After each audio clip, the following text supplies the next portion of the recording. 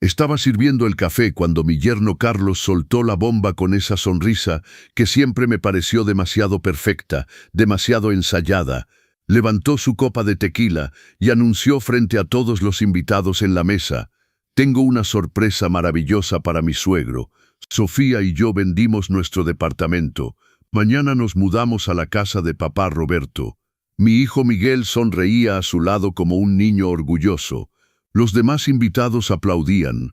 Alguien comentó qué familia tan unida éramos. Yo calmadamente tomé mi servilleta, limpié las comisuras de mi boca y respondí con una voz más firme de lo que hubiera creído: «Perfecto, Carlos, pero dormirán en la calle, porque mañana a las 8 de la mañana entrego las llaves de esta casa al nuevo dueño».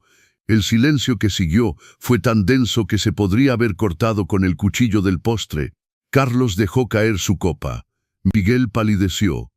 Los invitados miraban sus platos como si de repente las servilletas fueran las cosas más interesantes del mundo. Nadie se atrevía a respirar. Y yo simplemente tomé otro sorbo de mi café y los vi derrumbarse. Porque después de 65 años en esta tierra, después de haber criado a este hijo solo, después de haber construido esta casa con mis propias manos y el sudor de mis años de trabajo, finalmente había aprendido algo: el silencio puede ser el arma más poderosa cuando se usa en el momento exacto. Pero para entender cómo llegamos a este momento, a esta cena que dividió mi vida en dos, debo retroceder un poco. Debo contarles quién era yo antes de convertirme en el hombre que dejó a su propia familia boquiabierta. Me llamo Roberto Hernández, tengo 65 años y durante la mayor parte de mi vida fui invisible. No hablo de ser literalmente invisible, claro. La gente me veía, me saludaba en la calle del barrio, Miguel me llamaba papá, pero nadie me veía realmente. Nadie preguntaba qué sentía, qué necesitaba o con qué soñaba. Yo simplemente era papá, el que estaba ahí, el que siempre estaría ahí como un mueble viejo y confiable, como una sombra que se mueve cuando tú te mueves pero nunca tiene su propia luz. Soy viudo desde hace 12 años. Mi esposa Guadalupe falleció de un infarto repentino, un martes común mientras regaba las plantas en el jardín. Cayó entre las bugambilias que tanto amaba. Cuando la encontré, ya no había nada que hacer. Recuerdo que mi primer pensamiento después del shock fue: ahora sí estoy completamente solo. Miguel se había casado 3 años antes. Vivía su vida, tenía su trabajo, su nueva esposa, sus proyectos. Y yo me quedé en esta casa grande en Coyoacán, con el silencio como único compañero y los recuerdos colgados en cada pared, como fotografías que nadie mira. Los primeros meses fueron los más difíciles. Me despertaba esperando escuchar la voz de Guadalupe llamándome desde la cocina. Sacaba 2 tazas de café y luego recordaba: solo una, siempre solo una. Miguel venía a verme los domingos, a veces cuando no tenía otros planes. Traía pan dulce de la panadería y se quedaba 1 hora, 2 si tenía suerte. Hablábamos de cosas sin importancia: el clima, el trabajo, las noticias de la tele. Nunca de lo que realmente importaba, nunca de lo que dolía. Fue en ese vacío que Sofía apareció, o más bien, fue ahí cuando realmente la vi por primera vez. Sofía había estado ahí desde el principio, desde que se casó con mi hijo, pero yo solo la había visto como la esposa de Miguel, la nuera, una persona más en las cenas familiares, alguien que sonreía mucho y decía poco. Educada, correcta, perfecta en apariencia, pero después de la muerte de Guadalupe, Sofía comenzó a venir más seguido. Al principio pensé que era por amabilidad sincera. Venía los miércoles por la tarde con Miguel, trayendo flores, preguntando cómo estaba, si necesitaba algo. Sofía se ofrecía a ayudarme con las compras, la limpieza, con esas cosas que de repente parecían más pesadas ahora que estaba solo. Estaba agradecido, por supuesto que estaba agradecido. ¿Qué padre no se siente bendecido cuando su hijo y su nuera muestran preocupación? Cuando parece importarles, cuando el teléfono suena y es su voz al otro lado. Cuando alguien pregunta: ¿cómo estás, papá? ¿De verdad cómo estás? Me tomó meses darme cuenta de que las preguntas de Sofía siempre llevaban a algún lugar. No eran preguntas abiertas que brotan del corazón, eran preguntas con un destino, con una intención, como anzuelos cubiertos de terciopelo. Comenzó con pequeñas cosas, tan sutiles que apenas las notas hasta que es demasiado tarde. un comentario aquí, una observación allá. Sofía miraba alrededor de la casa con sus grandes ojos y decía, «¡Qué casa tan enorme para que estés solo, suegrito! ¿No te da miedo aquí por las noches? Este barrio está cambiando tanto». Justo el otro día leí en el periódico que 2 casas en esta cuadra fueron asaltadas. Yo asentía. Sí, es grande. Sí, a veces da miedo, pero es mi casa. La casa que Guadalupe y yo compramos hace 40 años. La casa donde criamos a Miguel, donde celebramos Navidades y cumpleaños, donde enterré las cenizas de mi perro en el jardín, donde pinté las paredes de amarillo cuando cumplí 50 porque siempre quise paredes amarillas y Guadalupe decía que era demasiado llamativo. Esta casa tiene mis pasos grabados en cada tabla del piso, mis lágrimas secas en cada almohada, mi risa que todavía resuena en los rincones. No es solo una casa, es mi vida construida en ladrillo y cemento. Pero Sofía no lo veía así. Para ella era solo una propiedad, un activo, algo con valor en el mercado, y poco a poco, visita tras visita, comenzó a plantar esa semilla. La semilla de la duda, la semilla del miedo, la semilla de la dependencia. Miguel también comenzó a cambiar de tono. Ya no preguntaba, «¿Cómo estás, papá?». Decía, «¿Todo bien aquí solo, papá? ¿No sería mejor para ti buscar algo más pequeño? Más fácil de mantener, más seguro». Sofía y yo pensábamos que podrías vender esta casa y comprar un bonito departamento en el centro, más cerca de nosotros, para que no estés tan aislado, y cada vez que decía eso, Sofía asentía con esa sonrisa que en retrospectiva reconozco por lo que siempre fue, la sonrisa de alguien que juega ajedrez mientras tú crees que están jugando cartas. Pasaron meses desde que Sofía comenzó sus visitas regulares, 6 meses durante los cuales mi casa dejó de ser mi refugio y se convirtió en el escenario de una obra que yo no sabía que estaba actuando. Las visitas del miércoles se habían vuelto sagradas. Sofía llegaba puntual, siempre con algo en las manos. A veces flores, a veces pan, a veces solo esa sonrisa que ya empezaba a cansarme, aunque no me atrevía a admitirlo.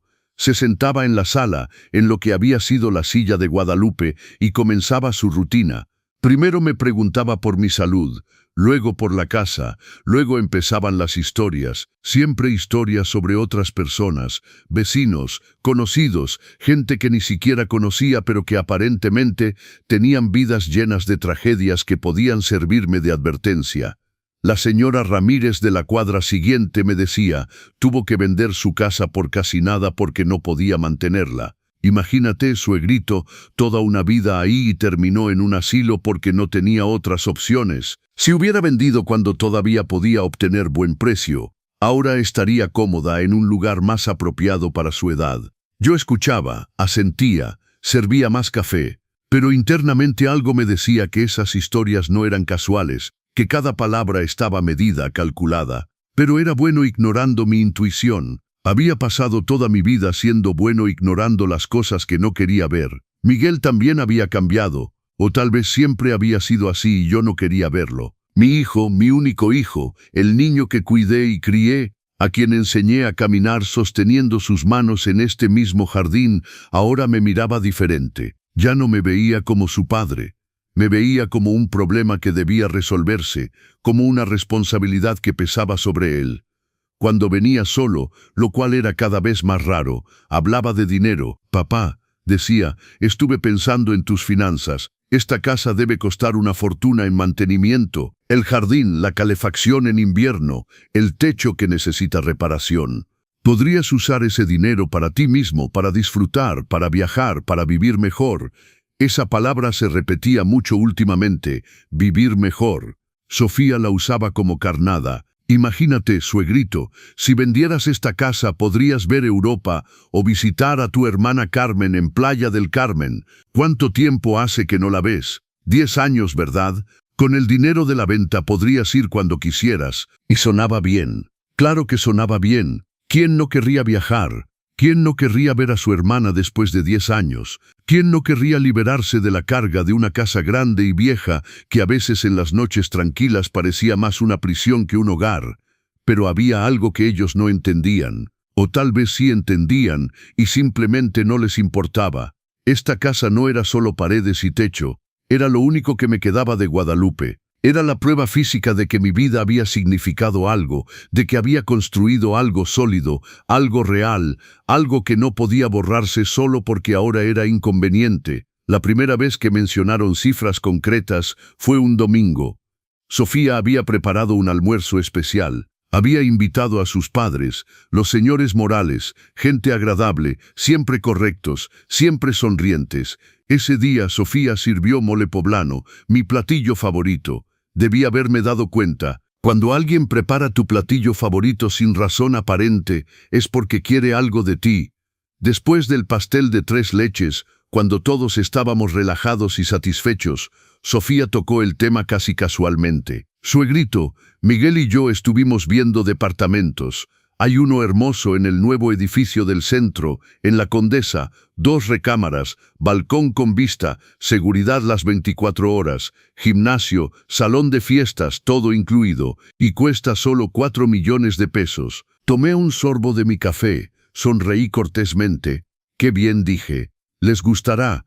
Ahorren y pronto lo tendrán». Sofía se rió. Esa risa que sonaba como campanitas pero dejaba un eco amargo. «Ay, suegrito, no podemos ahorrar 4 millones de pesos. Con el sueldo de Miguel y mis ingresos, apenas podemos pagar nuestro alquiler actual.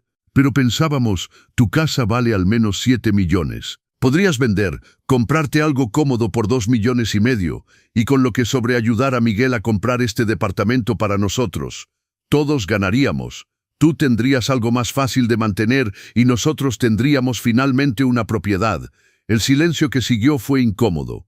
El señor Morales se aclaró la garganta. La señora Morales se concentró en su taza. Miguel miraba su plato como si fuera lo más fascinante del universo. Y Sofía me miraba con sus ojos expectantes, esperando que dijera que sí, porque para eso sirven los padres. No, para sacrificarse una vez más. Pero no dije nada. Solo sonreí y dije que lo pensaría, que era una decisión grande, que necesitaba tiempo. Sofía apretó los labios. Miguel rápidamente asintió, demasiado rápido, y cambió de tema, pero el veneno ya había sido inyectado. La idea ya había sido plantada, y ellos lo sabían. Las semanas siguientes fueron una campaña sistemática. Sofía venía más seguido. Ahora traía folletos de departamentos, impresiones de páginas de internet, fotos de lugares pequeños y luminosos con vista a parques. «Mira este, suegrito, tiene una cocina integral preciosa. Y este tiene calefacción central. No tendrías que preocuparte por nada. Servicio de mantenimiento incluido. Es como vivir en un hotel». Miguel llamaba cada 2 días. «Papá, vimos otro departamento hoy. Perfecto para ti. En planta baja, sin escaleras, con rampa para cuando estés más grande, cerca del súper, cerca de la clínica, cerca de nosotros. Podrías caminar a nuestra casa en 10 minutos». Y yo escuchaba, asentía. Decía que sonaba bien, que lo pensaría. Pero por dentro algo estaba cambiando, algo se estaba despertando. Una vocecita que había estado dormida por décadas comenzó a susurrar. Una voz que decía: «Esto no está bien. Esto no es amor, es otra cosa». Pero todavía no estaba listo para escucharla.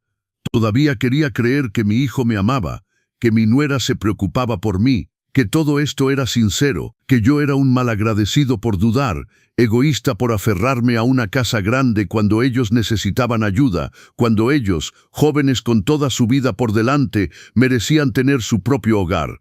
Así funciona la manipulación, no viene gritando, viene susurrando, te hace dudar de ti mismo. Te hace sentir culpable por querer conservar lo que es tuyo. Te hace creer que ser generoso significa darlo todo, que ser buen padre significa desaparecer para que tus hijos puedan brillar. Y yo estaba a punto de caer en esa trampa.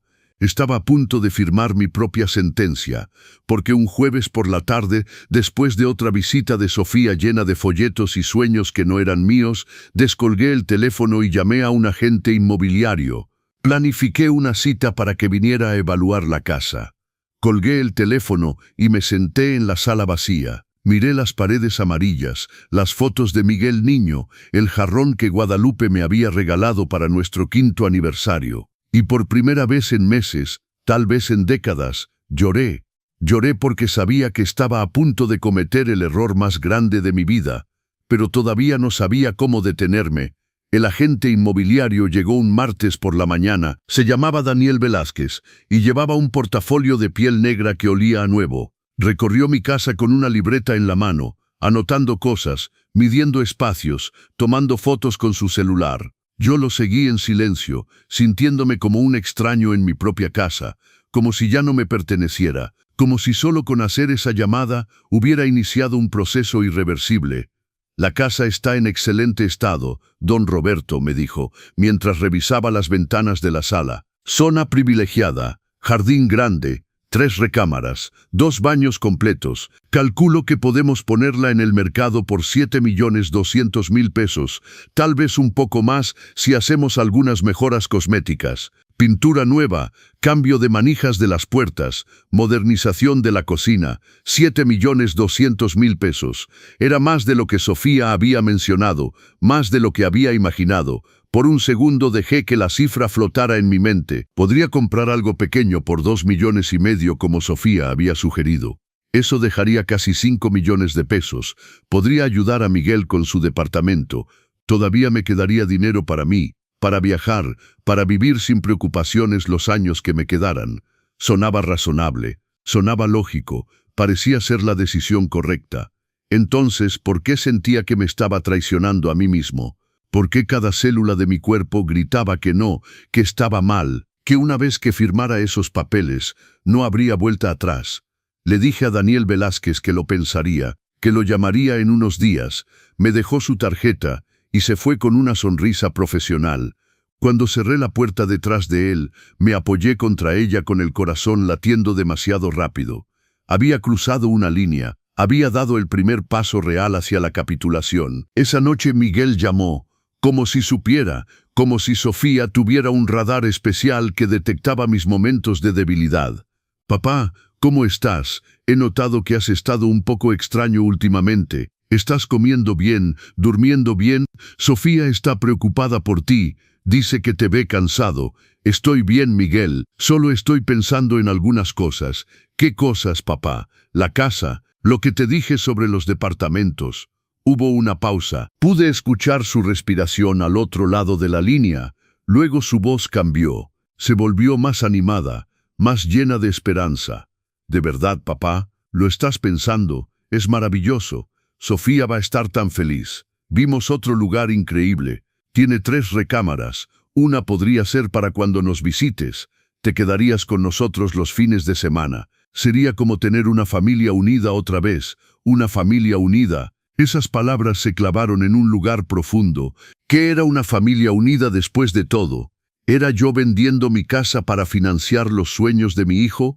¿Era yo haciéndome más pequeño para que él pudiera tener más espacio? ¿Era yo desapareciendo poco a poco hasta convertirme en el abuelo que visita los fines de semana, si hay lugar y si no es demasiado inconveniente? Los días siguientes fueron una neblina de conversaciones y presión sutil. Sofía venía todos los días ahora. Ya no esperaba los miércoles. Aparecía por las mañanas con pan dulce del Globo, por las tardes con excusas para pasar a saludar, siempre con algo nuevo que mostrarme, siempre con otra razón por la cual vender era la mejor opción. «Mira», suegrito, traía fotos de un departamento que según ella era perfecto. En el 5º piso, balcón pequeño pero acogedor, gimnasio en el edificio. Y lo mejor, está en venta por 2.300.000, ahorrarías 200.000 pesos más de lo que pensábamos. Ese dinero extra podrías guardarlo para emergencias. Y había más. Siempre había más. Sofía tenía todo calculado, los costos de mantenimiento que ahorraría, los impuestos más bajos de un departamento comparado con una casa, la seguridad de vivir en un edificio con portero, la comodidad de no tener que preocuparme por el jardín, el techo, la tubería vieja. Tenía una respuesta para cada una de mis dudas. Había pensado en cada detalle. Era como si hubiera planeado esto durante meses, y probablemente lo había hecho. Probablemente desde el momento en que Guadalupe murió y me quedé solo en esta casa grande. Sofía había visto una oportunidad, un activo sin explotar, un suegro viudo vulnerable que podía ser convencido, moldeado, dirigido hacia donde ella lo necesitaba. Miguel también intensificó sus llamadas. Ya no eran cada 2 días, eran diarias, a veces 2 veces al día. Papá, encontramos el departamento perfecto para nosotros. Tiene un estudio. Sofía podría trabajar desde casa. Yo podría tener un lugar para mis cosas. Pero tenemos que decidir rápido. El dueño tiene otras ofertas. Si queremos asegurarlo, tenemos que dar un enganche en 2 semanas. 2 semanas. 800,000 pesos en 2 semanas. La urgencia había aparecido de repente como una tormenta de verano. Ya no era cuando quieras, papá. Ya no era piénsalo con calma. Ahora era ya. Ahora era, si no haces esto, vas a arruinar esta oportunidad única para tu hijo. Y yo sentía el peso de esa responsabilidad aplastándome. Porque si decía que no, si me negaba, si me aferraba a mi casa y a mi vida, entonces yo sería el egoísta, el mal padre, el que pone sus caprichos por encima de las necesidades de su único hijo. Sofía comenzó a traer a su madre, la señora Morales. Las dos se sentaban en mi sala y hablaban de lo difícil que era para los jóvenes de hoy. Las rentas caras, la imposibilidad de ahorrar, la suerte que tenían los hijos que tenían padres que podían ayudarlos. La señora Morales me contó cómo ella había ayudado a Sofía y a sus hermanos, cómo había vendido un terreno que poseía para dar los enganches de sus casas y cuánto la hacía feliz verlos establecidos. Era un espejo en el que se suponía que debía verme reflejado, un buen padre que se sacrifica y está feliz. Un padre que encuentra alegría en la renuncia, en el borrarse a sí mismo, en convertirse en una escalera para que otros puedan subir. Pero algo en mí resistía, algo obstinado, viejo y cansado que decía basta, que decía nunca más, que decía ya di suficiente, ya fui suficiente, ya me sacrifiqué suficiente toda mi vida, siendo esposo, siendo padre, siendo el que sostiene, el que cede, el que se hace pequeño. Y ahora que finalmente tenía algo para mí, ahora que finalmente tenía mi espacio y mi tiempo y mi casa, ahora también tenía que renunciar a eso. Una tarde Sofía llegó con papeles. Había investigado todo el proceso, había hablado con un amigo abogado, había preparado un borrador de acuerdo. Mira, suegrito, es muy simple. Tú vendes la casa, nosotros te ayudamos a encontrar tu departamento y tú nos prestas 4 millones para nuestro departamento. Lo llamaremos préstamo para que todo sea legal. Pagaremos en 10 años 400,000 pesos al año. Es totalmente justo, todos ganamos. Préstamo, esa palabra sonaba oficial.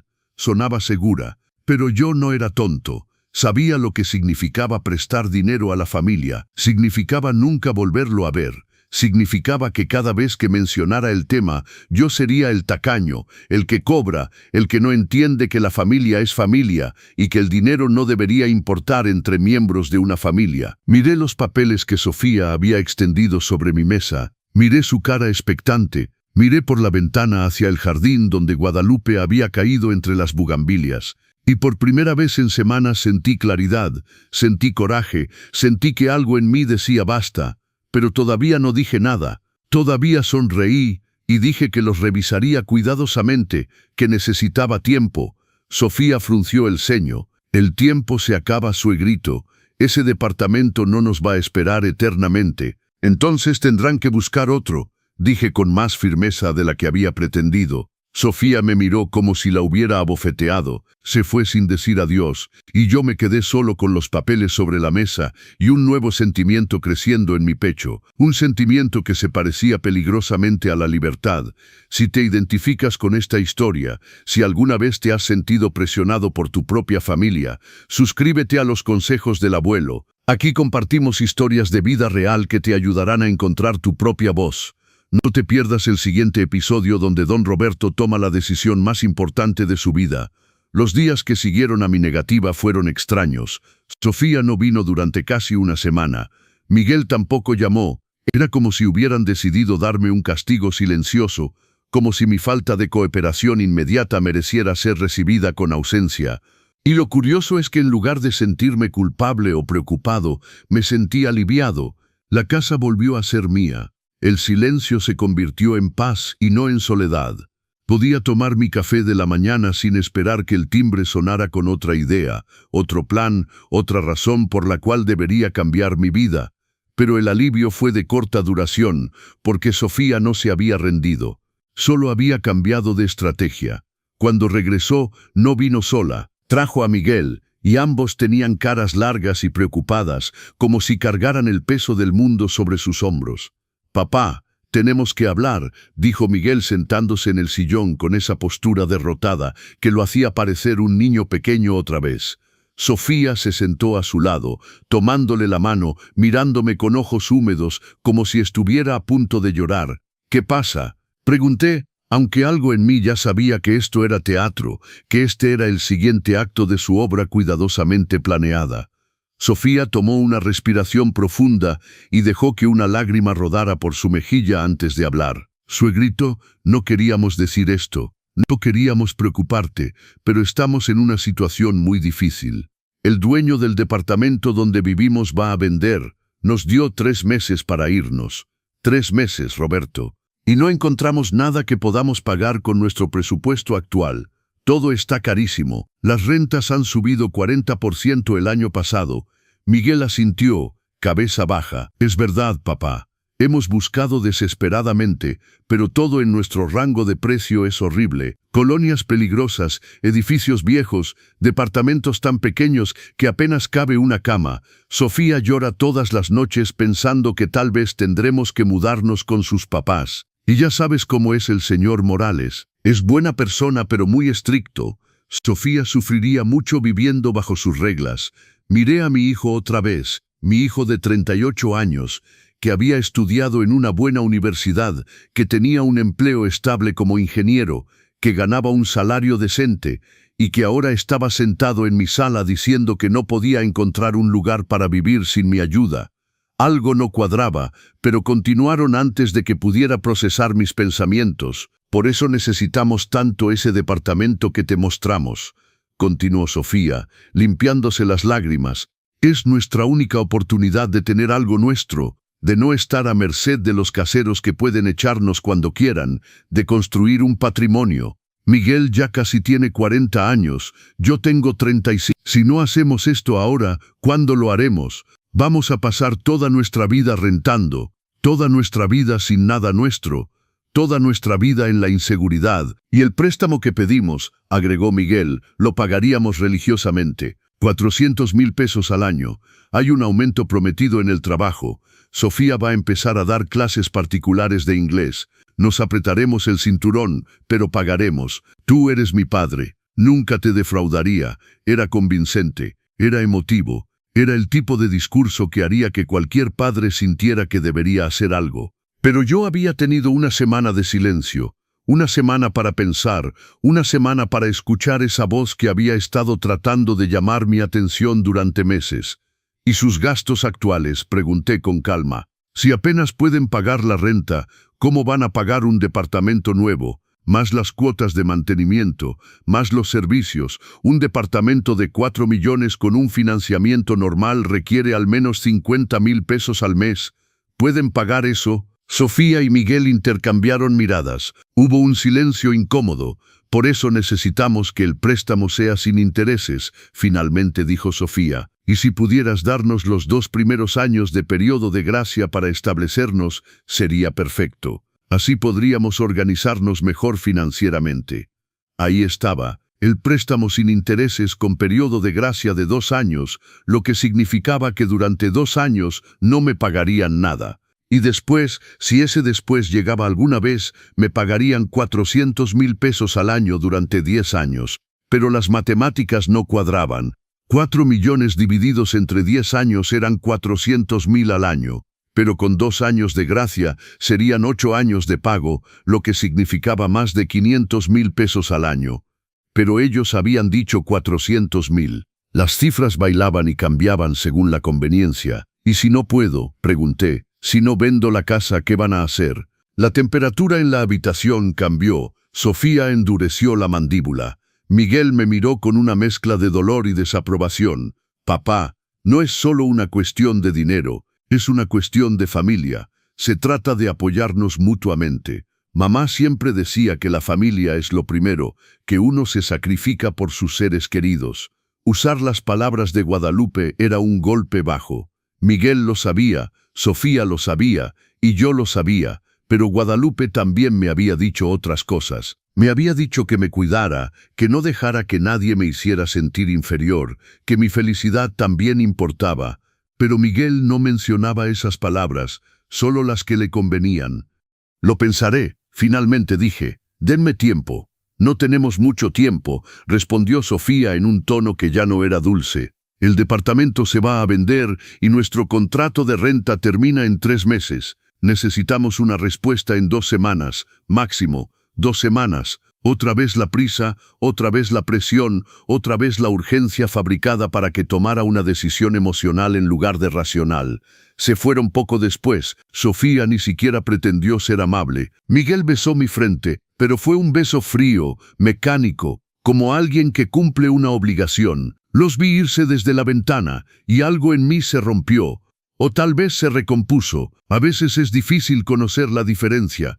Esa noche no pude dormir. Me revolví en mi cama pensando en todo. En los años que había trabajado para comprar esta casa, Guadalupe y yo tomando turnos dobles, yo limpiando las casas de otras personas para que pudiéramos llegar a fin de mes, viviendo con lo mínimo para pagar la hipoteca. 25 años de pagos hasta que finalmente fue nuestra, completamente nuestra. Nadie podía quitárnosla. Era nuestra recompensa por tanto esfuerzo, nuestro legado, mi seguridad. Y ahora se suponía que debía renunciar a ella, convertirla en efectivo para financiar los sueños de mi hijo y su esposa, reducir mi vida a un departamento de 2,5 millones para que ellos pudieran tener su departamento de 4 millones. Las matemáticas eran claras. Yo perdía espacio, seguridad y capital. Ellos ganaban todo, pero había algo más que me molestaba. Durante sus visitas en los últimos meses, había notado cosas, pequeños detalles que no coincidían con su historia de dificultad económica. Sofía siempre llevaba ropa nueva. Miguel había cambiado su coche el año pasado por un modelo más reciente. Salían a cenar frecuentemente según las publicaciones en redes sociales que yo revisaba a veces, aunque me daba pena admitirlo. Habían ido a la playa de vacaciones hace 3 meses. Fotos de restaurantes caros, hoteles bonitos, cócteles con sombrillitas, y sin embargo no podían ahorrar para un departamento, no podían pagar una renta decente. Necesitaban desesperadamente mi ayuda o terminarían en la calle. Algo no cuadraba, algo olía mal, y finalmente me estaba permitiendo oler esa podredumbre en lugar de ignorarla. A la mañana siguiente hice algo que nunca había hecho. Llamé a mi hermana Carmen en Playa del Carmen. Hacía 2 años que no hablábamos realmente. Llamadas cortas en Navidad, mensajes de cumpleaños, pero nada sustancial. Le conté todo, cada detalle, cada presión, cada manipulación disfrazada de amor familiar. Carmen escuchó en silencio. Cuando terminé, suspiró larga y profundamente. Roberto, me dijo con esa firmeza que siempre tuvo, te están usando. Lo que describes no es amor, es explotación. Y si vendes esa casa, te arrepentirás el resto de tu vida. Esa casa es tu seguridad, es tu independencia. Una vez que la abandones, estarás a su merced. Y créeme, a su merced no querrás estar. Las palabras de mi hermana Carmen resonaron en mi cabeza durante días. Te están usando, explotación, a su merced. Eran palabras duras, palabras que dolían porque llevaban la verdad, pero todavía había una parte de mí que quería creer que estaba exagerando, que era paranoico, que mi hijo no podía ser tan calculador, que simplemente era un malentendido, una situación difícil donde todos estábamos tratando de hacer nuestro mejor esfuerzo. Esa ilusión se rompió 2 días después, cuando Sofía apareció sin avisar. Eran las 8 de la mañana. Yo todavía estaba en bata tomando mi primer café. Tocó el timbre con insistencia hasta que abrí. Entró sin esperar invitación, con una carpeta bajo el brazo y esa determinación en los ojos que me hizo retroceder instintivamente. Suegrito, tenemos que hablar en serio, dijo, arrojando la carpeta sobre la mesa de la cocina. Ya pasó una semana, necesito una respuesta. El dueño del departamento nos está presionando. Hay 2 familias más interesadas. Si no damos el enganche esta semana, lo perdemos. Sofía, son las 8 de la mañana. Ni siquiera has dicho buenos días. Me miró como si hubiera dicho algo absurdo. No tengo tiempo para formalidades, Roberto. Esto es importante. Es el futuro de tu hijo. O te importa o no te importa. Así de simple. El uso de mi nombre en lugar de suegrito me golpeó. Ya no había ninguna pretensión de afecto, ya no estaba la máscara de la nuera dulce y respetuosa. Esta era la verdadera Sofía, la Sofía que había estado escondida bajo las sonrisas, los pasteles y las visitas amables. Abrió la carpeta. Había más papeles, formularios, contratos, todos ya llenados con mi información, mi nombre, mi dirección, los detalles de mi casa. Solo faltaba mi firma. Lo había preparado todo. Había asumido que yo diría que sí, que finalmente cedería, que un buen padre siempre cede. Ya hablé con Daniel Velázquez, continuó, señalando los documentos. Está listo para poner la casa en el mercado hoy si firmamos sus papeles. También encontré el departamento perfecto para ti, 300,000 pesos más barato de lo que pensábamos. Ahorrarías 300,000 pesos extra. Ese dinero extra podrías dárnoslo para muebles del departamento nuevo. Tenemos que amueblar 3 recámaras desde cero. 300,000 pesos, habían bajado el precio otra vez y ahora también querían dinero para muebles. La demanda crecía. El pedazo que querían de mi vida se hacía más grande con cada conversación. Sofía, dije tratando de mantener la calma, no voy a firmar nada hoy. Necesito tiempo, necesito pensar, necesito consultar con mi propio abogado. ¿Por qué necesitas un abogado? Ya consulté uno yo. Todo está en orden, es todo legal, solo firma y podemos avanzar. La casa es mía, la decisión es mía y no voy a ser presionado. Sofía cerró la carpeta con un golpe seco. El sonido resonó en la cocina como un disparo. Me miró con una frialdad que heló mi sangre. ¿Sabes cuál es tu problema, Roberto? Que eres egoísta. Siempre lo has sido. Miguel me cuenta cosas. Me cuenta cómo cuando era niño trabajabas todo el tiempo, cómo lo dejabas solo, cómo nunca tenías tiempo para él. Y ahora que finalmente puede tener algo bueno en su vida, algo que realmente quiere, tú lo pones en segundo lugar otra vez. Otra vez eliges tus cosas antes que a él. Cada palabra era un veneno inyectado directamente en mi culpa más profunda. Los años en que había trabajado doble turno para darle de comer, las tardes en que no pude ir a sus partidos de fútbol porque estaba limpiando las casas de otras personas, las veces que llegaba a casa tan cansado que apenas podía leerle un cuento antes de que se durmiera, todo eso que había hecho por necesidad, por amor, para darle un futuro mejor, ahora se usaba como arma contra mí. «Sal de mi casa», dije con una voz que no reconocí como mía. «¿Qué dijiste?», dije, «sal de mi casa». Ahora, Sofía me miró con desprecio, agarró la carpeta, se dirigió a la puerta. Pero antes de irse, se volteó. «Te vas a arrepentir», dijo. «Cuando estés viejo, enfermo y solo, y necesites ayuda, te acordarás de este día. Te acordarás de que tuviste la oportunidad de ser parte de la familia y la rechazaste. No esperes que Miguel esté ahí para ti cuando nos hayas dado la espalda». La puerta se cerró con un ruido que hizo temblar los marcos en la pared.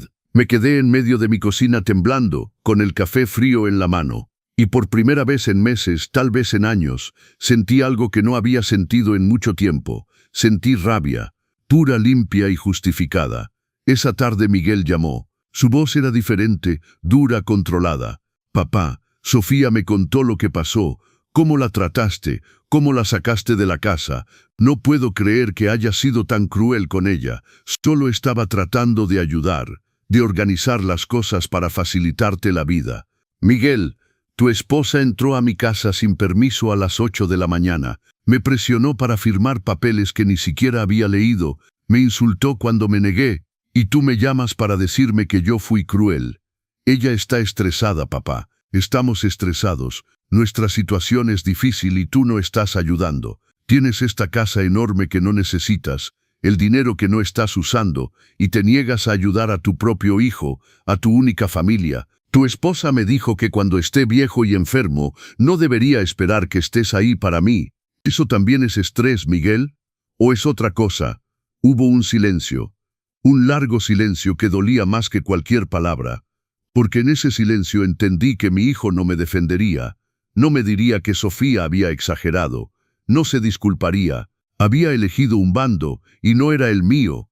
Papá, tengo que colgar. Necesito pensar. Ambos necesitamos pensar en lo que realmente queremos. Si queremos ser una familia, o si queremos ser extraños. Colgó. Mi hijo me colgó el teléfono. Me quedé con el auricular en la mano, escuchando el tono hasta que se convirtió en ese sonido agudo que indica que la línea está muerta. Línea muerta. Qué apropiado. En los días que siguieron no hubo llamadas, no hubo visitas. Era como si hubiera muerto para ellos, como si al negarme a renunciar a mi vida hubiera perdido el derecho a ser padre. El silencio era ensordecedor, doloroso y liberador al mismo tiempo, pero no me quedé inactivo. Llamé a un abogado, uno de verdad, no el amigo de Sofía, el licenciado Francisco Ramírez, un hombre de 60 y tantos con un despacho en Polanco y una reputación impecable. Le conté todo, cada detalle, cada presión. Le mostré los papeles que Sofía había dejado. El licenciado Ramírez los examinó con expresión seria. Don Roberto, finalmente me dijo, estos documentos son extremadamente favorables para su hijo y su nuera. El préstamo que proponen no tiene garantía real para usted. No hay cláusula de protección si no pagan. No hay intereses para compensar. Y de la forma en que está redactado, si algo le pasara a usted, la deuda simplemente desaparecería. Ellos no heredarían la obligación de pagar. Entonces, si yo muero, ellos se quedan con todo y no me deben nada. Exactamente. Además, he visto casos como este. Préstamos familiares que nunca se reembolsan, hijos que prometen y luego encuentran excusas. Un año es la crisis económica, otro año es un problema de salud, otro año es que tuvieron un bebé y necesitan el dinero para el niño. Y el padre nunca vuelve a ver el dinero, pero tampoco puede insistir en el tema porque es familia. ¿Y qué dirá la gente? ¿Por qué un padre le cobraría a sus hijos? Me recosté en la silla, sintiendo el peso de la verdad. Todo lo que había intuido, todo lo que Carmen me había dicho, estaba confirmado por un profesional. No estaba loco, no era egoísta, era prudente, estaba protegiendo lo poco que me quedaba. ¿Qué me recomienda?, pregunté. No venda. Dijo sin dudar, no firme nada, conserve su casa, es su seguridad, su patrimonio, su hogar. Una vez que la pierda, será muy difícil recuperar ese nivel de estabilidad. Y si realmente quiere ayudar a su hijo, hay otras formas que no lo dejan vulnerable. Salí de ese despacho con una claridad que no había tenido en meses. Sabía lo que tenía que hacer, pero todavía me faltaba el valor para hacerlo. Todavía esperaba que Miguel llamara, que se disculpara, que dijera, papá, entiendo, lo siento, fuimos demasiado lejos. Pero esa llamada nunca llegó. 3 semanas pasaron sin noticias de Miguel o Sofía. 3 semanas de silencio que dolían como una herida abierta que no sanaba. Revisaba constantemente mi teléfono, esperando ver su nombre en la pantalla. Cada vez que sonaba el timbre, mi corazón se aceleraba pensando que tal vez habían venido a disculparse. Pero no, nada. El castigo continuaba y empezaba a entender que este era el patrón: presión, rechazo, silencio, hasta que yo cediera, hasta que el dolor de su ausencia fuera más grande que mi necesidad de protegerme. Pero algo había cambiado en mí durante esas semanas. La conversación con el licenciado Ramírez había plantado una semilla, y esa semilla estaba creciendo. Comencé a examinar cuidadosamente mis finanzas, mis ahorros, mis gastos, la pensión que recibía por Guadalupe, los ingresos del pequeño local comercial que rentábamos en la planta baja de la casa, algo que Guadalupe había construido años atrás que nos daba un ingreso mensual de 18,000 pesos. Hice las cuentas, muchas cuentas, y descubrí algo interesante. Si vendía la casa por 7,200,000 pesos como Daniel Velázquez había dicho, y compraba un departamento por 2,5 millones como Sofía quería, me quedarían 4,700,000 pesos. Menos los 4 millones que querían como préstamo, solo me quedarían 700,000 pesos. 700,000 pesos y un departamento pequeño. Perdería el local comercial, perdería esos 18,000 pesos de ingreso pasivo mensual, perdería mi jardín, mi espacio, mi historia. ¿Y qué ganaría? La supuesta paz de saber que ayudé a mi hijo. La ilusión de que me visitaría más seguido. La fantasía de que seríamos una familia unida. Pero ya había visto cómo me trataban cuando no hacía lo que querían. El silencio, el abandono emocional, las amenazas veladas. Y eso era ahora, cuando todavía tenía algo que ellos querían. ¿Cómo sería después, cuando ya no tuviera nada que ofrecerles? Fue entonces que tomé una decisión que me aterrorizó y liberó al mismo tiempo. Si iban a tratarme como si no existiera de todas formas, al menos lo harían mientras yo conservaba mi casa, mi seguridad, mi dignidad. No iba a vender, no iba a prestar dinero, no iba a ser parte de este plan que solo me beneficiaba en el papel, pero que en realidad me dejaba vulnerable y empobrecido. Pero todavía no les dije nada, porque algo más estaba creciendo en mi mente. Un plan propio, una idea que había comenzado como un pequeño pensamiento y que ahora se expandía para llenar cada espacio de mi conciencia. Si ellos podían planear en secreto, yo también. Si ellos podían manipular y presionar, yo podía protegerme y prepararme.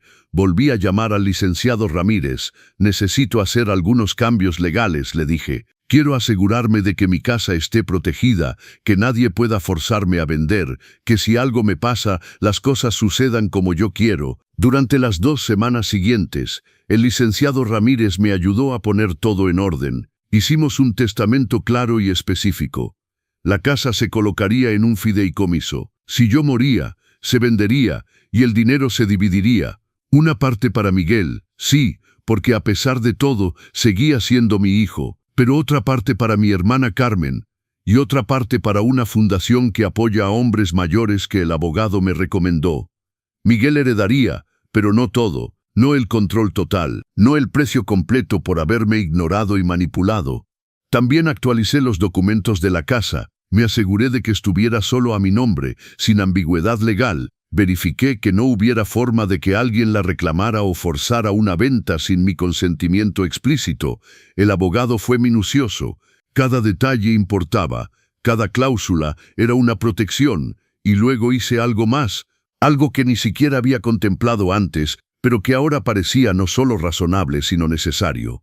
Puse la casa en venta, de verdad esta vez, pero no para darle el dinero a Miguel y Sofía. Era para mí, para mi futuro, para mi libertad, porque mientras hacía esos cálculos, mientras examinaba mis finanzas, había descubierto algo más. Mi hermana Carmen me había estado pidiendo durante años que me mudara a Playa del Carmen. Vivía en un pequeño pueblo cerca de la costa, clima cálido todo el año, comunidad de jubilados, tranquilo. Me había enviado fotos de un departamento que estaba en venta cerca de su casa. 2 recámaras, vista al mar por 1.800.000 pesos, más barato que los departamentos que Sofía me había mostrado. Sí, pero era lo que yo quería, no lo que ellos necesitaban que yo quisiera. Si vendía la casa por 7.200.000, compraba el departamento por 1.800.000, me quedarían más de 5 millones de pesos después de todos los gastos, más que suficiente para vivir cómodamente el resto de mis días, para viajar, para ayudar a Carmen si lo necesitaba, para ser generoso cuando yo quisiera serlo, no cuando me forzaran a hacerlo, para vivir cerca de alguien que realmente me amaba, que me llamaba, que preguntaba cómo estaba sin segundas intenciones. La idea era aterradora. Dejar la ciudad donde había vivido toda mi vida, dejar la casa donde había enterrado a mi esposa en el jardín, dejar los recuerdos, pero también era liberadora. Empezar de nuevo a los 65 años. ¿Por qué no? ¿Quién dijo que la vida se termina a esa edad? ¿Quién decidió que debía quedarme quieto esperando que mi hijo me visitara cuando le conviniera? Daniel Velázquez regresó para evaluar la casa. Esta vez estaba seguro. Esta vez era mi decisión. Póngala en el mercado, le dije. Pero quiero discreción total. No quiero letrero afuera. No quiero que nadie lo sepa hasta que esté vendida. Entiendo perfectamente, don Roberto. Tengo compradores privados que buscan exactamente este tipo de propiedad. Podemos manejar todo con confidencialidad absoluta. Los días siguientes fueron extraños. Sabía lo que iba a pasar. Sabía que eventualmente Miguel y Sofía volverían. El silencio no era sostenible. Necesitaban algo de mí. Y cuando la gente necesita algo, siempre vuelve. Solo era cuestión de tiempo. Ese tiempo llegó un jueves por la tarde. Miguel apareció en mi puerta. Solo, sin Sofía, se veía cansado, desgastado, tenía ojeras, había perdido peso. Por un momento mi corazón de padre se ablandó. Mi muchacho, mi hijo se veía tan vulnerable, tan derrotado. «Papá», dijo con voz estrangulada, «¿podemos hablar, por favor?» Lo dejé entrar, preparé café, Nos sentamos en la sala como tantas veces antes, pero esta vez había una distancia entre nosotros que no existía antes. Una grieta invisible pero profunda. Lo siento, fui un tonto. Sofía ha sido muy insistente y la dejé presionarnos. La dejé presionarte a ti. No estuvo bien, lo sé, pero realmente estamos desesperados. El dueño del departamento donde vivimos subió la renta 7,000 pesos más al mes. No podemos pagarlo y no encontramos nada más barato. Los precios son imposibles. Lo escuché. No dije nada, solo escuché. Porque ahora sabía escuchar diferente. Sabía detectar la manipulación incluso cuando venía envuelta en disculpas. Necesito tu ayuda, papá. No necesariamente vendiendo la casa. Entiendo que es pedir demasiado. Pero tal vez podrías prestarnos algo para dar un enganche en un departamento más pequeño, algo que podamos pagar con una hipoteca. Lo pagaremos, te lo juro, con intereses si quieres. Lo que tú digas. Solo necesitamos ese empujón, ese último empujón para salir adelante. 800,000 pesos. Habían bajado la petición. Era la nueva estrategia, pedir menos para que pareciera razonable, para que sintiera que estaban siendo considerados y flexibles, que estaban cediendo, cuando en realidad todavía querían mi dinero, solo que ahora en dosis más pequeña y aparentemente más digerible. Miguel, finalmente dije, tengo que preguntarte algo y quiero que seas honesto conmigo. Estos últimos meses, ¿cuántas veces me llamaste solo para ver cómo estaba? Sin pedir nada, sin querer nada, solo para hablar. Se quedó en silencio, mirando su taza de café, y en ese silencio estaba mi respuesta. Miguel no pudo responder mi pregunta. Siguió mirando fijamente el café como si las respuestas flotaran en el líquido oscuro. Finalmente levantó la vista, con los ojos húmedos. Papá, te amo, siempre te he amado. Es solo que he estado ocupado. La vida es complicada. El trabajo me consume. Sofía necesita atención. Pero no me llamas, dije con una calma que me sorprendió. No preguntas cómo estoy. No vienes a visitarme solo porque sí. Solo apareces cuando necesitas algo, y ahora vienes con esta historia de que están desesperados. Pero hace 3 meses estaban de vacaciones en la playa. Hace 2 meses Sofía mostraba una bolsa nueva en Instagram. Miguel, no soy tonto. Soy viejo pero no soy tonto.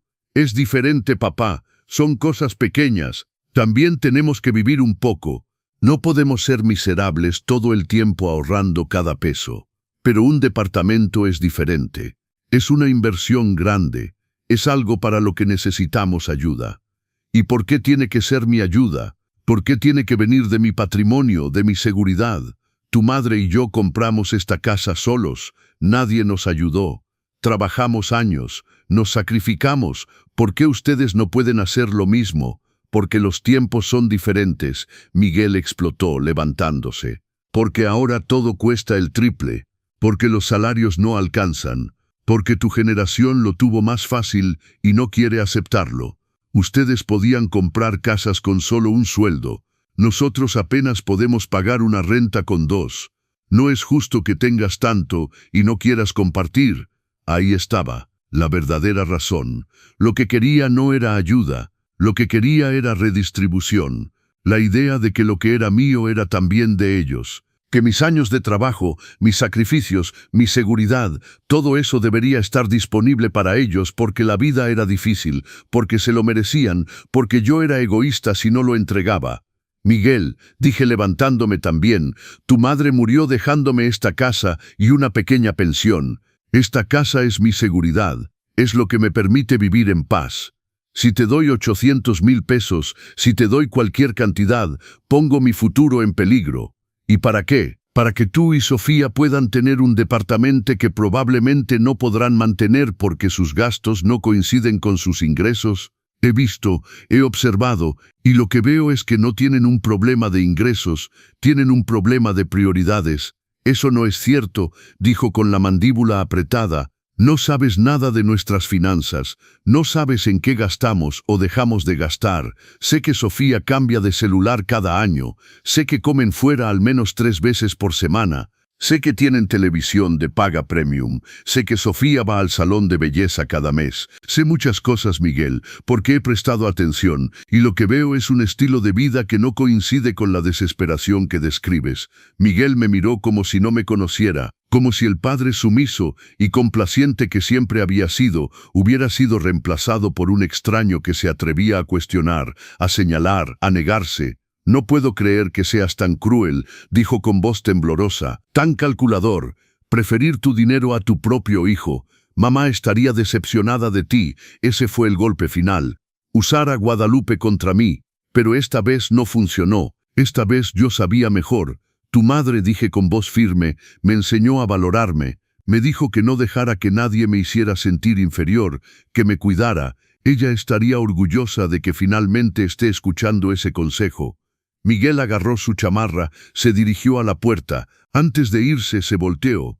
«Bien, papá, quédate con tu casa, quédate con tu dinero, pero no esperes que esté disponible cuando me necesites. No esperes llamadas, no esperes visitas. Si quieres estar solo, estarás solo». Y se fue. Mi hijo se fue, dejando esa amenaza flotando en el aire como humo tóxico. Cerré la puerta detrás de él y algo en mí se rompió. Finalmente lloré. Lloré como no había llorado desde la muerte de Guadalupe. Lloré por el hijo que había perdido, o tal vez por el hijo que nunca realmente tuve, por la ilusión de familia que se había derrumbado, por la soledad que me esperaba. Pero entre las lágrimas había también otra cosa: alivio, claridad, libertad, porque ya no tenía que pretender, ya no tenía que fingir que esta relación era saludable. Ya no tenía que cargar la culpa de decepcionar a alguien que solo me valoraba por lo que podía dar. ¿Alguna vez has tenido que elegir entre tu felicidad y las expectativas de tu familia? Esta es la historia de miles de abuelos en México y Latinoamérica. Si quieres saber cómo termina esta historia y aprender a establecer límites saludables, suscríbete a los consejos del abuelo y activa la campanita. Tu paz mental también importa. Esa noche llamé a Carmen, le conté todo. Cada detalle de la conversación, cada palabra hiriente, cada amenaza velada. Carmen escuchó en silencio y cuando terminé, dijo algo que nunca olvidaré. «Roberto, a veces perder a alguien que no te valoraba es en realidad ganarte a ti mismo. Ven a Playa del Carmen. Empieza de nuevo. Aquí hay gente que te ama de verdad, sin condiciones, sin segundas intenciones». Y en ese momento tomé la decisión final. Llamaría a Daniel Velázquez mañana. Aceleraría la venta de la casa. Me mudaría a Playa del Carmen. Pasaría mis últimos años cerca de alguien que me amaba de verdad, que llamaba solo para escuchar mi voz, que no necesitaba nada de mí excepto mi presencia. 2 semanas después, Daniel Velázquez me llamó con entusiasmo. «Hay una oferta, don Roberto. Una pareja joven, profesionistas, quieren la casa para formar su familia. Ofrecen 7.200.000 pesos, pago en efectivo, cierre en 30 días. Es una excelente oferta». Acepté inmediatamente, no lo pensé 2 veces. Firmamos el acuerdo esa misma tarde. La casa estaba vendida. Mi nueva vida comenzaba, y Miguel no sabía nada. Sofía no sabía nada, porque ya no necesitaban saber. Ya no eran parte de mis decisiones. Carmen estaba eufórica. Comenzó a buscar el departamento que me había mostrado. Todavía estaba disponible. 2 recámaras, vista al mar, comunidad tranquila llena de gente de nuestra edad. Hicimos una videollamada con el agente inmobiliario. Recorrí virtualmente cada habitación. El amplio balcón donde podría tomar café cada mañana mirando el mar, la cocina pequeña pero suficiente, la recámara principal con grandes ventanas que dejaban entrar la luz. Era perfecto. Era mío, era mi elección. Hice la oferta. 1.800.000 pesos. Aceptada. Cierre programado para 2 semanas después de finalizar la venta de mi casa actual. Todo se estaba acomodando como si el universo finalmente estuviera de mi lado, como si todas esas décadas de sacrificio finalmente se recompensaran con esta oportunidad de reinventarme. Pero todavía quedaba un cabo suelto. Miguel y Sofía todavía no sabían nada, todavía no me hablaban. El silencio continuaba, y yo sabía que eventualmente tendrían que saber. No podía simplemente desaparecer sin decir nada. Aunque una parte de mí quería hacer exactamente eso, quería simplemente irme y dejarlos descubrir mi ausencia por accidente. Que tocaran el timbre un día y encontraran extraños viviendo en lo que había sido mi casa. Pero ese no era mi estilo, nunca lo había sido, así que tomé una decisión, les diría, pero no en privado, no en una conversación donde pudieran manipularme o hacerme sentir culpable. Lo haría en público, lo haría oficial, lo haría de una manera que no dejara lugar a discusión. Decidí organizar una cena familiar. Invitaría a Miguel y Sofía, a los padres de Sofía, los señores Morales y a algunos vecinos cercanos que habían sido testigos de mi vida durante décadas. Sería mi despedida, mi anuncio, mi cierre. Envié la invitación por mensaje de texto. Cena en mi casa el sábado a las 7 p.m. Tengo un anuncio importante que hacer. Por favor, confirmen asistencia. Era breve, directo, sin explicación. Miguel respondió después de 2 horas. Ahí estaremos. Al fin vas a hacer lo correcto, papá. Leí ese mensaje y sonreí. Pensaba que había cedido finalmente, que los había hecho esperar suficiente y ahora estaba listo para anunciar que vendería la casa y les daría el dinero. Que esta cena era mi rendición, mi bandera blanca. No tenía idea de lo equivocado que estaba, no tenía idea de que el padre sumiso y complaciente que él había creado había muerto en algún lugar de los últimos meses, y en su lugar había nacido alguien nuevo, alguien que finalmente había aprendido que amarse a uno mismo no es egoísmo, es supervivencia. El sábado llegó más rápido de lo que esperaba. Pasé toda la mañana preparando la cena. No porque quisiera impresionar a nadie, sino porque necesitaba mantener mis manos ocupadas. Necesitaba hacer algo que me impidiera pensar demasiado en lo que estaba a punto de hacer, en las caras que vería, en las palabras que diría, en la tormenta que estaba a punto de desatar. Preparé cochinita pibil que a Miguel le encantaba de niño, arroz rojo, frijoles refritos, tortillas hechas a mano, guacamole fresco, flan de cajeta. Una cena completa. Una cena de despedida, aunque ellos todavía no lo sabían. Puse la mesa con el mantel blanco que solo usaba para ocasiones especiales. Saqué la vajilla buena, las copas de cristal que habían pertenecido a la Madre de Guadalupe. Todo tenía que ser perfecto, porque esta sería la última vez que esta mesa vería una reunión familiar en esta casa. Los invitados comenzaron a llegar a las 7 en punto. Primero mis vecinos, don Ramón y doña Tania, que vivían 3 casas más abajo. Luego vino doña Lucía, mi vecina de al lado que era mi amiga desde hace 20. Buena gente, gente que me conocía de verdad, que había estado ahí en los buenos y malos momentos, sin esperar nada a cambio. Miguel y Sofía llegaron 15 minutos tarde. Ella radiante, vestido nuevo, maquillaje perfecto, sonrisa brillante. Miguel también se veía diferente, más relajado, más confiado. Era obvio que pensaban que esta noche era su victoria, que finalmente recibirían lo que habían estado esperando, lo que según ellos merecían. Sofía me besó con falsa efusión. Suegrito, qué alegría estar aquí. Huele delicioso. Nos hizo tanta falta estas semanas, ¿verdad, Miguel? Miguel asintió, besando mi mejilla. Sí, papá, nos hiciste falta, y estamos muy emocionados por tu anuncio. Sabíamos que eventualmente entenderías, que verías las cosas desde nuestra perspectiva. Solo sonreí. No dije nada. Los invité a pasar, a sentarse, a servirse tequila. Hablamos de trivialidades mientras todos se acomodaban. Los señores Morales llegaron al último. Los padres de Sofía trajeron flores y una botella de vino cara. Se sentaron junto a su hija con esa sonrisa satisfecha de padres que saben que la hija está a punto de obtener lo que quiere. Cuando todos estuvieron sentados, cuando las copas estaban llenas y los platos servidos, tomé mi lugar en la cabecera de la mesa, el lugar que siempre había sido de Guadalupe. Miré a cada persona presente, mi hijo, mi nuera, sus padres, mis vecinos, mis amigos, y sentí una paz extraña. Una calma que venía de saber que estaba haciendo lo correcto para mí. Bueno, dije, levantando ligeramente mi copa, gracias a todos por venir esta noche. Sé que algunos de ustedes se están preguntando sobre esta cena, sobre esta reunión, así que no los haré esperar más. Tengo un anuncio importante que hacer, algo que va a cambiar las cosas para todos nosotros. Sofía se inclinó hacia adelante. Sus ojos brillaban de anticipación. Miguel me miraba con expectativa.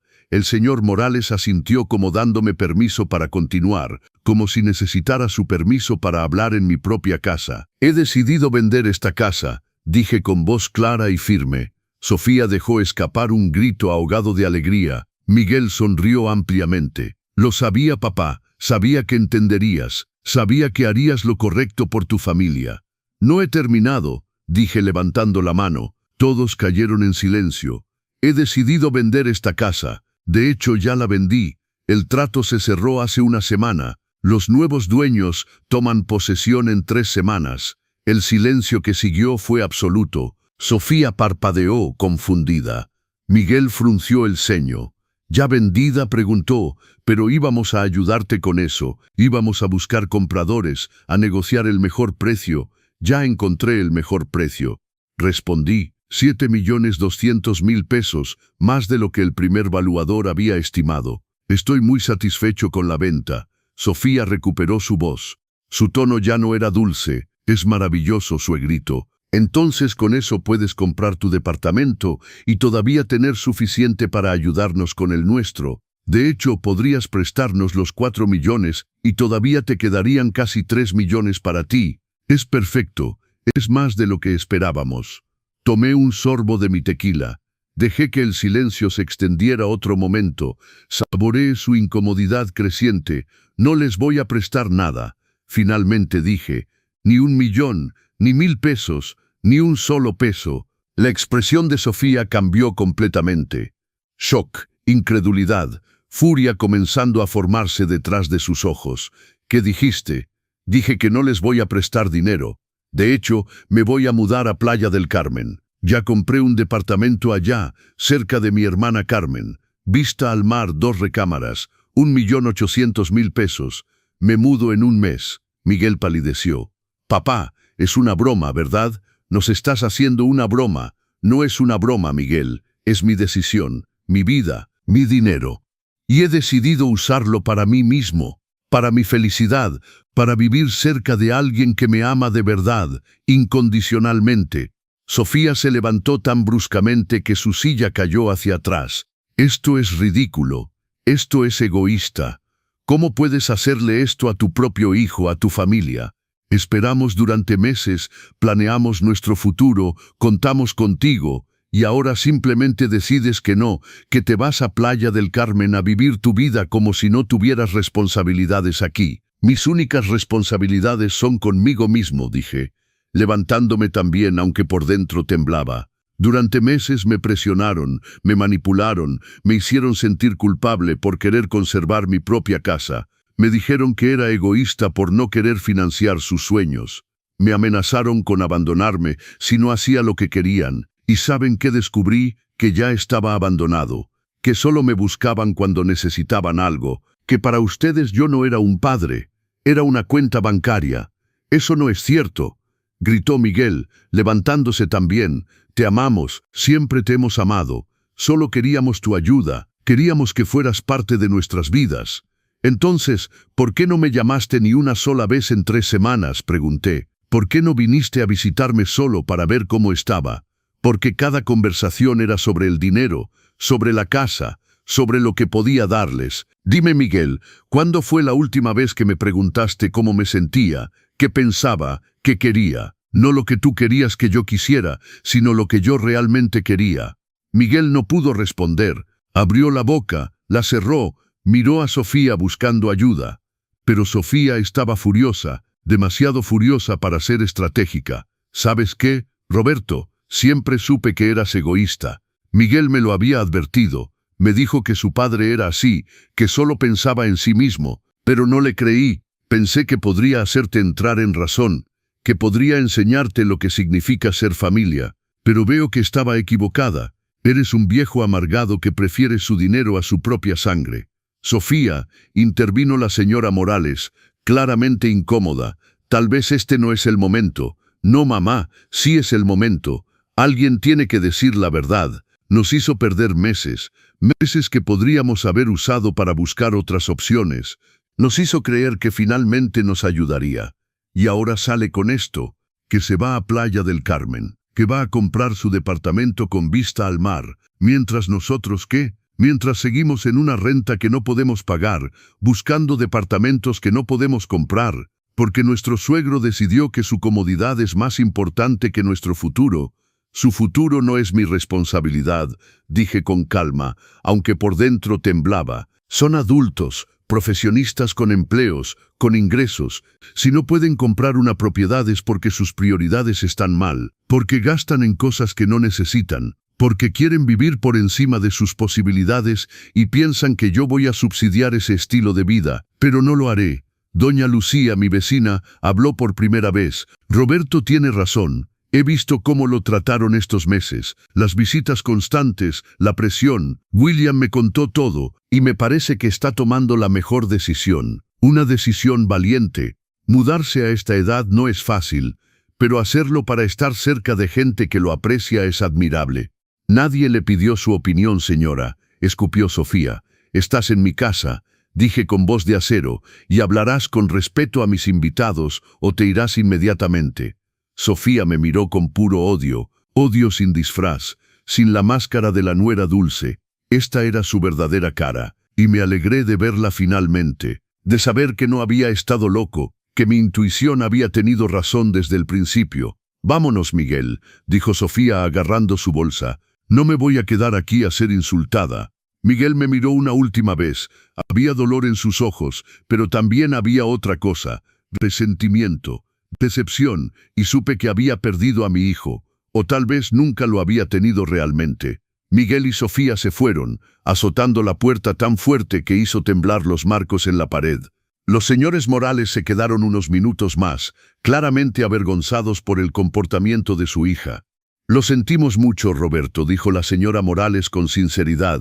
No sabíamos que las cosas se habían puesto tan mal. Sofía nos había contado una versión diferente. Dijo que tú habías ofrecido ayudar y luego cambiaste de opinión. No sabíamos nada de toda la presión que te pusieron. El señor Morales asintió. Estás haciendo lo correcto. Una persona de tu edad merece paz, merece vivir sin esta tensión. Y si Playa del Carmen te ofrece eso, entonces ve, vive, sé feliz. Hablaremos con Sofía, aunque dudo que quiera escuchar. Se fueron poco después. Mis vecinos se quedaron un poco más. Bebimos más tequila, comimos el postre que nadie había probado durante el drama, y hablamos. Hablamos de cosas reales, de recuerdos, de la vida que había construido en esta casa, de los buenos años y los difíciles con Guadalupe, de cómo ella me habría apoyado en esta decisión. Cuando finalmente se fueron y quedé solo en la casa silenciosa, no sentí tristeza, sentí alivio, un alivio profundo y completo.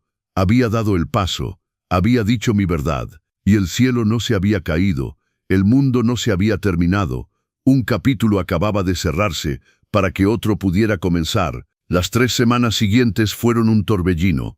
Empacar 40 años de vida en cajas, decidir qué llevar y qué dejar, donar ropa, vender muebles, despedirme de los vecinos, de la casa, del jardín donde Guadalupe había muerto entre las bugambilias. Lloré mientras empacaba, pero no eran lágrimas de arrepentimiento. Eran lágrimas de cierre, de duelo por lo que dejaba, pero también de emoción por lo que vendría. Miguel no llamó, no vino, el silencio era total, ahora definitivo, y aunque dolía, ya no me sorprendía. Sofía había mostrado su verdadera cara esa noche, y Miguel había elegido quedarse a su lado.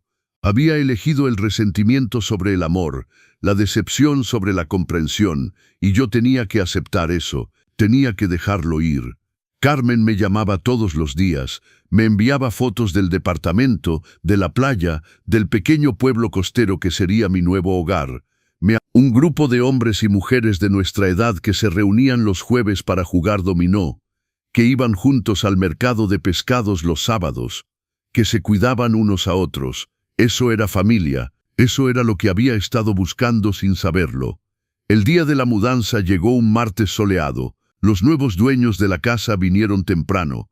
Una pareja joven, él médico y ella arquitecta, esperaban su primer bebé. Me mostraron las ecografías con orgullo. Nos sentamos en la sala vacía firmando los papeles finales. Les conté historias sobre la casa, sobre las paredes que Guadalupe había pintado, sobre el jardín que habíamos cultivado juntos, sobre el árbol que Miguel había plantado cuando tenía 8 años. Cuiden esta casa, les dije. Tiene mucho amor en sus paredes, mucha historia, mucha vida. Y prometieron que lo harían, que criarían a su bebé ahí, que construirían su propia historia en estas habitaciones que habían contenido la mía durante tantos años. Les entregué las llaves y salí por última vez. No miré atrás. No podía. Si miraba atrás podría arrepentirme. Tal vez la nostalgia me abrumaría. Así que miré hacia adelante, hacia el camión de mudanzas que esperaba, hacia el avión que tomaría en 3 horas, hacia Playa del Carmen, hacia mi nueva vida. El vuelo fue tranquilo. Miré por la ventana, observando las nubes, reflexionando sobre todo lo que había pasado, sobre cómo había llegado hasta aquí. Un hombre de 65 años, dejando todo lo que conocía para empezar de nuevo. Era aterrador, era liberador, era necesario. Carmen me esperaba en el aeropuerto de Cancún, con un ramo de flores de bugambilia y una sonrisa enorme. Nos abrazamos como no nos habíamos abrazado en años. Lloré en su hombro, ella lloró en el mío, y en ese abrazo había todo. El perdón por los años de distancia, la gratitud por estar ahí ahora, la promesa de no separarnos más. El departamento era aún más hermoso en persona. El balcón se abría directamente al mar Caribe. Podía escuchar las olas desde la sala. La brisa traía ese olor a sal que limpia y renueva. Carmen había decorado la recámara de huéspedes con fotos de nosotros cuando éramos niños, de nuestros padres, de la familia que habíamos sido antes de que la vida nos separara. Esa primera noche me senté en el balcón con una copa de vino mexicano. El sol se ponía sobre el océano, pintando el cielo de naranja, rosa y morado. Y por primera vez en años, tal vez en décadas, me sentí en paz. Sentí que estaba exactamente donde debía estar, haciendo exactamente lo que debía hacer. Mi teléfono sonó, un número desconocido. Dudé en contestar, pero algo me impulsó a hacerlo. Era el señor Morales. «Roberto», dijo con voz cansada, «solo quería que supieras que Sofía y Miguel tuvieron que mudarse con nosotros. No pudieron pagar el aumento de renta, y ya está causando problemas. Sofía se queja de todo. Miguel se peleó con mi esposa. Están empezando a darse cuenta de que tal vez tenías razón, que sus prioridades estaban mal, pero ya es tarde. Tú estás en Playa del Carmen y ellos están aquí viviendo con las consecuencias de sus decisiones». Le agradecí la llamada. Le deseé suerte y colgué. Y no sentí satisfacción. No sentí esa alegría de la venganza. Solo sentí tristeza por mi hijo, por las elecciones que había hecho, por la vida que pudo haber tenido si hubiera elegido diferente. Pero esas eran sus lecciones que aprender, su camino que recorrer. Ya no podía salvarlo. Ya no era mi trabajo salvarlo. Los meses siguientes fueron de adaptación. Conocer a los amigos de Carmen, unirme al grupo del jueves, caminar por la playa cada mañana, aprender a vivir de nuevo, no como padre, no como viudo, solo como Roberto, como yo mismo, con mis propios deseos, mis propias decisiones, mi propia vida. Miguel finalmente llamó 6 meses después. Su voz era diferente, más humilde, más tranquila. «Papá», dijo, «lo siento mucho por todo. Siento haberte tratado así. Siento haber priorizado el dinero sobre ti. Siento haber dejado que Sofía me manipulara. Tenías razón, nuestras prioridades estaban mal. Vivir con los padres de Sofía me hizo verlo. Me hizo ver muchas cosas. Escuché. No lo interrumpí. Cuando terminó, tomé una respiración profunda. «Miguel», dije, «te perdono, pero el perdón no significa volver atrás. No significa que las cosas puedan ser como eran. Rompiste mi confianza, rompiste nuestra relación, y eso toma tiempo en sanar, tiempo». «Lo sé, papá, lo entiendo. Solo quería que supieras que lo siento, que me haces falta, que tal vez algún día, si tú quieres, podamos intentar reconstruir algo, no lo que teníamos, sino algo nuevo, algo más honesto. Tal vez», dije, «algún día, pero ahora necesito seguir enfocándome en mí mismo, en mi sanación, en mi vida aquí, y tú necesitas enfocarte en la tuya, en arreglar tu matrimonio, en aprender a vivir dentro de tus medios, en crecer. Colgamos con vagas promesas de hablar pronto, pero yo sabía que ese pronto tal vez nunca llegaría, y estaba bien. Había aprendido que soltar no es abandono, es liberación, es permitir que cada persona viva su propia vida, cometa sus propios errores, encuentre su propio camino. Ahora, sentado en mi balcón, mirando el mar con Carmen a mi lado, puedo decir que tomé la decisión correcta. Recuperé mi vida, recuperé mi dignidad, recuperé mi paz, y aunque el camino fue doloroso, aunque perdí a mi hijo en el proceso, gané algo más valioso, me gané a mí mismo. Han pasado 2 años desde aquella cena, 2 años desde que dejé la Ciudad de México y vine a Playa del Carmen, 2 años de despertar con el sonido de las olas, de caminar descalzo en la arena, de tomar café en mi balcón mientras el sol sale sobre el Caribe. Carmen y yo nos hemos vuelto inseparables. Cocinamos juntos, vamos al mercado juntos, jugamos dominó con nuestros amigos los jueves. Ella me presentó a un grupo maravilloso de jubilados que se convirtieron en mi nueva familia. Don Fernando, que fue piloto de Aeroméxico, doña Patricia, que fue maestra de primaria durante 40 años, don Javier y su esposa Marta, que tienen un pequeño restaurante en el pueblo. Gente real, gente que me aprecia por quien soy, no por lo que puedo darles. He viajado. Fui a Mérida a conocer las ruinas mayas, pasé una semana en Oaxaca probando el mejor mole de mi vida, visité Guanajuato durante el Festival Cervantino, cosas que siempre quise hacer pero que posponía, porque siempre había algo más importante, alguien más que necesitaba mi tiempo, mi dinero, mi energía. Ahora mi tiempo es mío, mi dinero es mío, mi energía es mía. Miguel me llama una vez al mes. Conversaciones cortas, educadas. Me cuenta que él y Sofía están viendo a un terapeuta de pareja, que finalmente encontraron un departamento que pueden pagar, que está aprendiendo a cocinar para ahorrar dinero, que Sofía dejó de comprar ropa nueva cada mes. Son cambios pequeños, pero son cambios. Nunca me ha pedido que regrese, nunca ha sugerido que me mude de vuelta a la Ciudad de México. Creo que finalmente entiende que eso nunca va a pasar, que esta es mi vida ahora, y que estoy feliz. La semana pasada me envió una foto, él y Sofía frente a su departamento. Son 2 recámaras en la colonia Narvarte. Nada lujoso, nada espectacular, pero es de ellos, lo compraron solos, con sus propios ahorros, con su propio esfuerzo. Y aunque nunca lo dirá, sé que finalmente entendió la lección, que las cosas que realmente valen la pena son las que construyes tú mismo, no las que te regalan, no las que obtienes manipulando a otros. Anoche estaba en mi balcón, como todas las noches, cuando Carmen salió con 2 copas de mezcal. ¿En qué piensas, hermanito?, preguntó.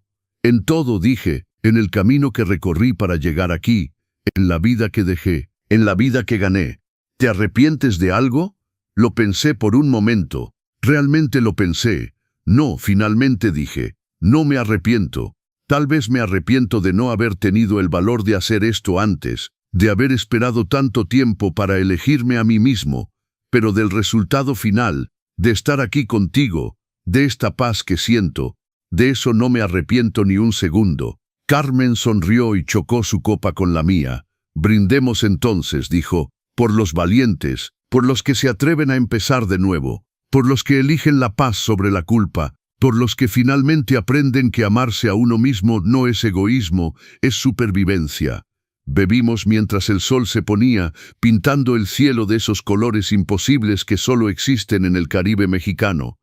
Y pensé en todos los hombres como yo, los padres que dan y dan hasta que no queda nada, los que se sienten culpables por establecer límites, los que confunden amor con sacrificio total. Si estás leyendo esto, si estás viviendo algo similar, déjame decirte algo, no es demasiado tarde para elegirte, no es demasiado tarde para decir no, no es demasiado tarde para proteger lo que es tuyo.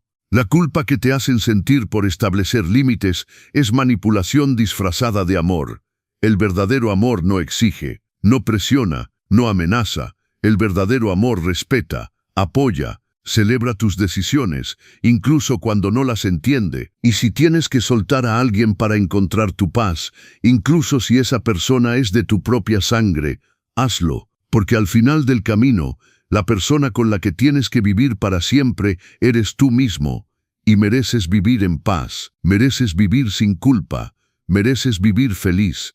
Levanto mi copa al sol que se pone, a esta nueva vida que construí de las cenizas de la vieja, a los hombres que, como yo, encontraron el valor de decir basta. Brindo por nosotros, por los que elegimos la paz sobre la culpa, la dignidad sobre la conformidad, la libertad sobre la obligación. Me pongo de pie y miro el horizonte donde el mar se encuentra con el cielo. Mañana caminaré por la playa al amanecer, como hago todas las mañanas. Tomaré mi café mirando las olas. Tal vez llame a don Fernando para jugar dominó. Tal vez cocine con Carmen esa receta de camarones al coco que encontramos en el mercado. Son planes simples, planes pequeños, pero son míos. Y después de 65 años de vivir para otros, de ser lo que otros necesitaban que fuera, de sacrificar mi felicidad por la de los demás, finalmente entendí algo fundamental. La vida más valiosa que puedes vivir es la tuya propia, no la que otros diseñan para ti, no la que te hace sentir culpable por querer más, no la que te convierte en un medio para los fines de otros. Tu propia vida, con tus propias reglas, con tu propia paz, con tu propia felicidad. Y si alguien te dice que eso es egoísmo, probablemente es porque tu libertad amenaza su control sobre ti. Déjalos ir, como yo dejé ir a Miguel, no con odio, no con venganza, sino con la tranquila aceptación de que algunas personas solo pueden amarte cuando les eres útil, y cuando dejas de serlo, muestran quiénes realmente son. Y está bien, porque en ese espacio que dejan cuando se van, puedes finalmente encontrarte a ti mismo. Carmen me toca el hombro, la cena está lista, dice. Entramos juntos, y mientras cruzo el umbral de mi departamento, mi hogar, mi santuario, siento una gratitud profunda. No por lo que tengo, sino por lo que solté, por las cadenas que rompí, por la libertad que elegí. Esta es mi historia. La historia de un hombre de 65 años que finalmente aprendió a decir no, que finalmente aprendió que el silencio puede ser el arma más poderosa, que finalmente aprendió que la familia verdadera no es la que comparte tu sangre, sino la que comparte tu corazón.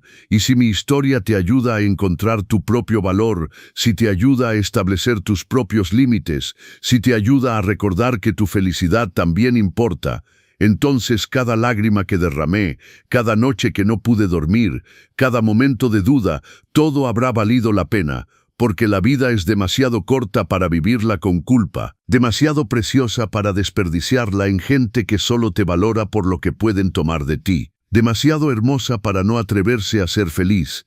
Así que atrévete, como yo me atreví. Elige la paz, elige la dignidad, elige la vida que mereces. El resto se acomodará. O no, pero al menos cuando llegues al final de tus días, podrás mirar atrás y decir, viví mi vida, no la que me impusieron, no la que esperaban de mí, sino la mía, completamente mía, y no hay mayor legado que ese. Esta fue la historia de don Roberto. Y puede ser tu historia también. En los consejos del abuelo compartimos historias de vida real que te enseñan a valorarte, a establecer límites y a vivir en paz. Si esta historia te tocó el corazón, suscríbete ahora y compártela con alguien que necesite escucharla.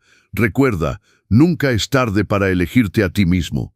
¿Te gustó mi historia? ¿Desde qué ciudad de México nos estás viendo? Encontrémonos en los comentarios. Si te gustó esta historia, puedes apoyarme enviando un super thanks para que pueda seguir trayendo más historias como esta. Te lo agradezco muchísimo. Espero tus comentarios sobre la historia. En pantalla puedes ver 2 nuevas historias de vida que te recomiendo de todo corazón. Hay muchas más en mi canal. No olvides suscribirte. Hasta la próxima historia de vida. Con cariño y respeto, don Roberto.